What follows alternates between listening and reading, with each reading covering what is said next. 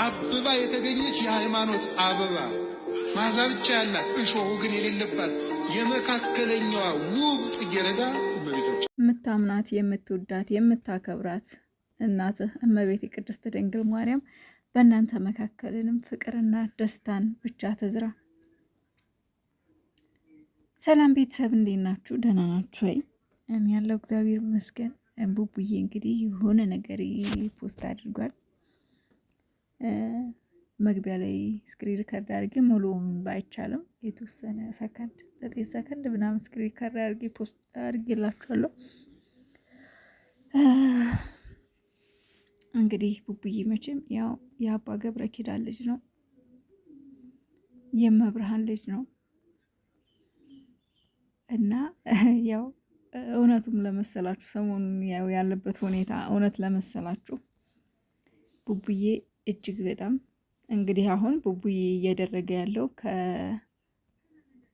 በሃይማኖት እጅግ በጣም የተወገዘ ነው አይደለም? እጅግ በጣም ውግዝ ነው ማለት አንድ ሰው ያው የአሁኑ ወጣቶች ጊዜው ስለተበላሸ ጊዜው ከባድ ስለሆነ ብቻ ማለት አለ አይደል? ባህሉም ወጉም የሃይማኖት ስርዓት የማይከበርበት ዝብርቅርቅ ጊዜ ስለሆነ እንጂ እንደዚህ አይነት ነገር በየትኛውም ሃይማኖት አይፈቀድም። እና በዚህ አጋጣሚ ቡቡዬ በጣም እጅግ በጣም ሃይማኖቱን ጠበቅ የሚያደርግ ሃይማኖቱን የሚወድ የሚያከብር ልጅ ነው እና ይሄ ነገር እውነት ለመሰላችሁ ሰዎች በፍጹም እውነት አይደለም። አርክ እያደረገ ነው እሱ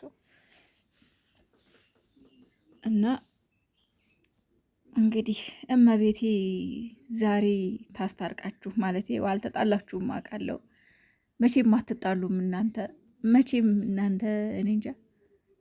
ግን ደግሞ ያው ሀይሚዬ ክፍት ሲላ ስላየው በጣም ደብሮኛል። በጣም ይደብራል፣ ደስ አይልም። እናንተ ደስታችሁ፣ ሳቃችሁ፣ ፈገግታችሁ እንጂ ሀዘናችሁን ማየት ማንም አይፈልግም። ሙሉ ጨረቃ ፋሚሊ በሚባል ደረጃ ማንም የእናንተን ክፉ አይፈልግም እና መብርሃን በመካከላችሁ ትግባ፣ ሴጣን እንዳይገባ እሷ ትከልላችሁ።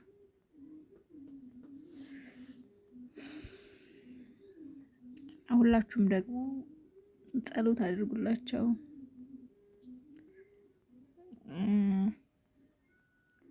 ያው አንዳንዴ ደግሞ እንደዛ አይነት ነገር ከሌለ ስራው አይሰራም። ታውቃላችሁ የዩቲዩብ ባህሪው በጣም ከባድ ነው።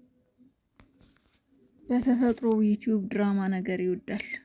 እንደዙ ጭር ሲል አይወድም። ደብለቅለቅ ሲል ነገሩ የሆነ ጓገጭ ሲኖረው ዩቲዩብ ይደምቃልና እንግዲህ ስራም ነው የስሩ እየሰሩም ስለሆነ